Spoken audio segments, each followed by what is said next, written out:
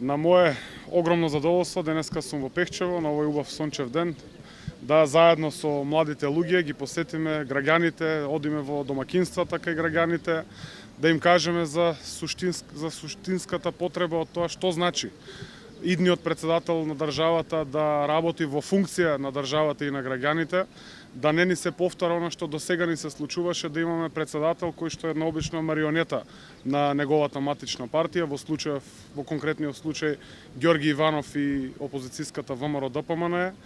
Да еве во оваа моја кратка изјава јас би се осврнал и би направил некаква компарација на и во делот на кампањата, но и во делот на кандидатите за претседател на Република Северна Македонија. Од едната страна, Социјалдемократскиот сојуз на Македонија води максимално позитивна кампања, може тоа да го видите и преку визуелниот идентитет на самата кампања. Можете да ги видите спотовите, рекламните спотови кои што се исполнети со она што значи напредок за државата, што значи интеграцијата во Европската унија и НАТО за граѓаните. Од другата страна го имаме ВМРО-ДПМН кој што упорно на секој начин се обидува да не врати во темното минато на нивното владење. Јас сум убеден дека граѓаните тоа го препознаваат и на 21 ќе дадат поддршка на нашиот кандидат, на господинот Стево Пендаровски, и верувам дека Стево Пендаровски ќе биде идниот претседател на Република Северна Македонија. И во Пехчево и низ целата Република Северна Македонија буквално исти се предизвиците на младите луѓе. Што да направиме, како да се мобилизираме, кои конкретни активности треба да ги превземеме и како локални власти, секако и како централна власт, да буквално го спречиме она што значи иселување на младите.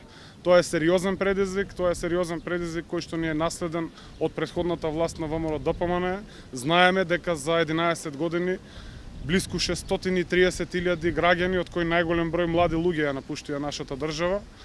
Тоа е проблем со кој што се соочуваме сите, затоа што не постои млад човек, не постои буквално човек во државата, кој што нема некој свој близок, дали станува збор за роднина, дали станува збор за другар, кој што ја нема напуштено државата.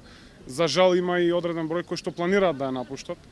Морам да кажам дека како влада, како парламентарно мнозинство во рамките на собранието, во форма на законски решенија, имаме превземено една дузина мерки со која што веруваме дека ќе го спречиме иселувањето. Таква е младинската гаранција, таква е поддршката преку Фондот за иновации и технолошки развој, која што буквално субвенционираме стартапи, даваме поддршка на стартапите кои што се основани од млади луѓе, а се со цел да створиме амбиент пред се економски, да тие млади луѓе да можат својот живот да го продолжат во Република Северна Македонија, нормално со истите такви услови, барем приближно добри услови какви што нудат западните европски земји.